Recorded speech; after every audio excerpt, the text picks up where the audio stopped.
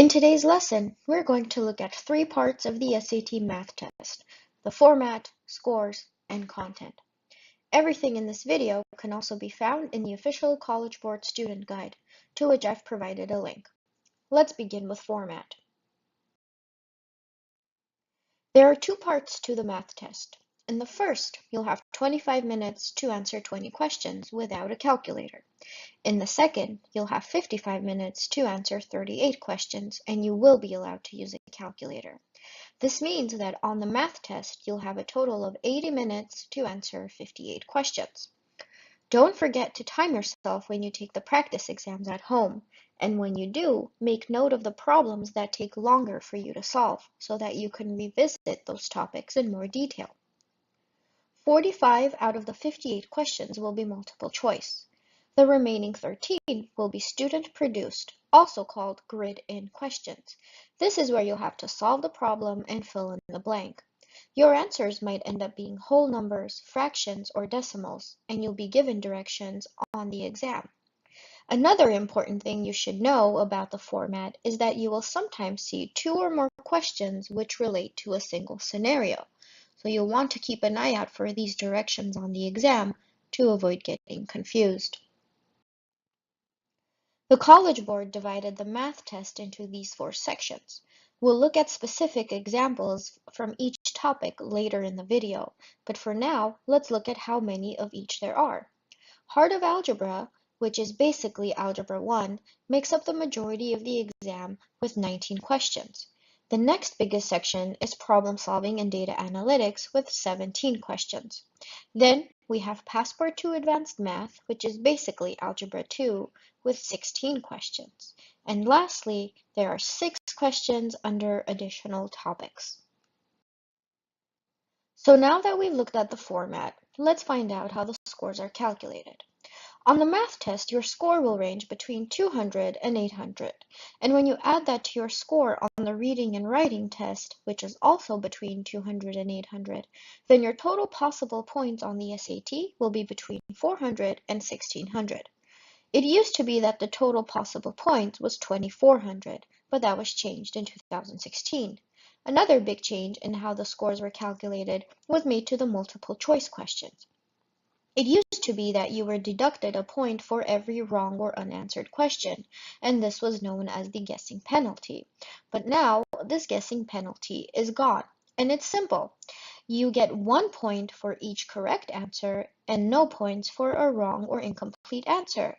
So if you're stuck on a problem and truly have no idea how to solve it, you're better off guessing, even if it's randomly, because you'll still have a 25% chance of getting it right. Plus, you won't be deducted any points if it's wrong.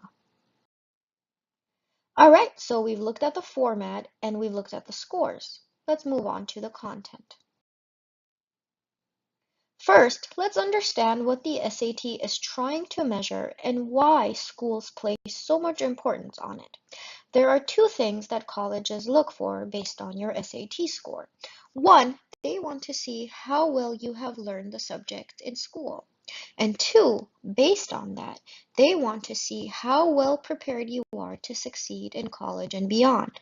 They are not trying to trick you or make it unnecessarily harder for you, but rather want you to demonstrate that you are prepared for life after high school. Now let's look at each of the four topics more closely, starting with the heart of algebra. As I mentioned earlier, heart of algebra is basically Algebra 1, and linear equations and inequalities make up the core of Algebra 1.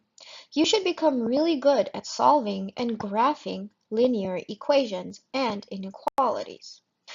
Also, you should become really good at working with systems of linear equations and inequalities, and you should know the different ways that they can be solved, because there is almost always more than one way to approach a system.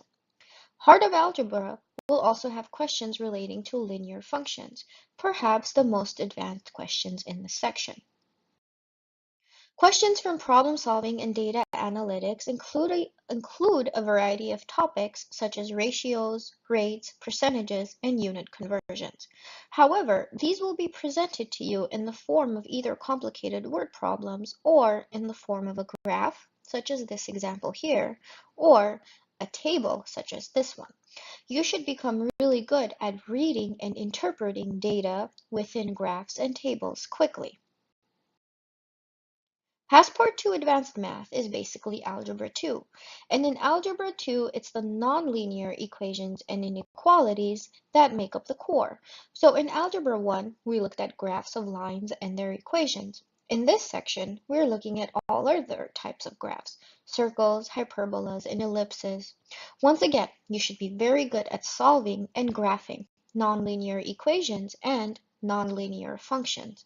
Additionally, Passport to Advanced Math includes questions regarding equivalent expressions, where you'll have to manipulate and rearrange terms within an expression to find its equivalent. Additional topics include a variety of questions that don't fall under either of the previous categories. A helpful thing to know is that for questions relating to areas and volumes, you'll be given this reference sheet. So while you don't have to memorize these formulas, you do need to know how to work with them fluently. You'll also see questions relating to lines, angles, triangles, and circles, and even complex numbers. However, the two most important topics you'll see in this section are geometry and trigonometry. So that concludes our review of the basics of the SAT math test. Check back in for additional lessons in which we will solve problems from practice exams and look at tips and strategies for doing well on the exam. Also, if you have any math problems you'd like to see solved, send them in and I'll make a video for everyone to check out. Thanks for watching. Happy studying.